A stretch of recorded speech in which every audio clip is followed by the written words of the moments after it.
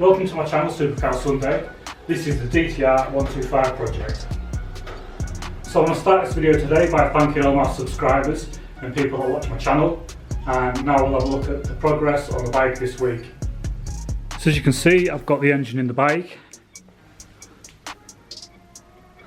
I've started putting a few more bits and bobs together. So I managed to sort this pig of a job I did on the side casing. I've actually painted that with some alloy wheel silver, and then I've lacquered it with a 2K lacquer in the gun. So I started putting the electrics on there. It's going to be a bit of a job. There's not a complete loom, so I'm going to have to make the rest of the wiring loom. There's a cut sleevers on there. Cable.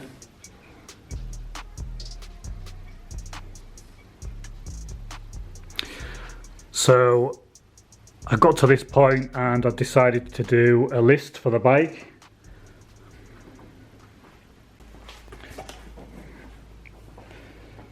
So here's a list I've done.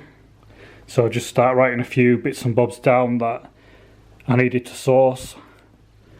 It just helps speed the build up, helps speed the progress up when you're building. If you write things down, do a list. So I've got lots and lots of bits out here.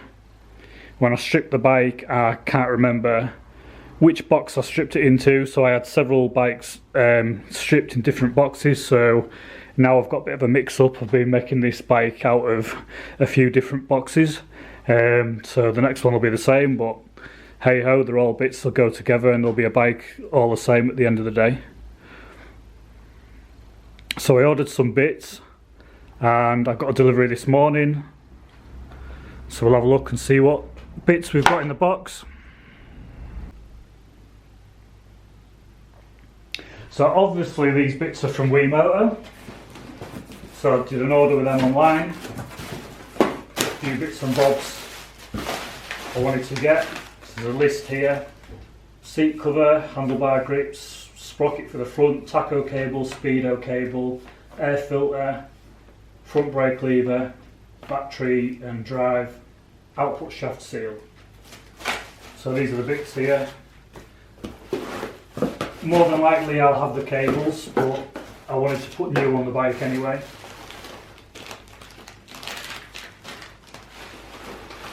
So cables, the seal for the output shaft, lever, and the seat cover. So I'll do a video obviously of putting the seat cover and the rest of the bits on the bike.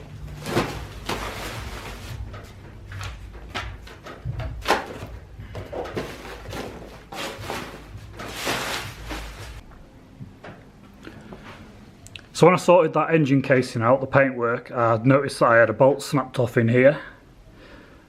So I managed to drill it out and I've put a thread repair in there. So next up I'll show you the footage of doing that repair, and I'll show you the footage of putting the engine in the bike.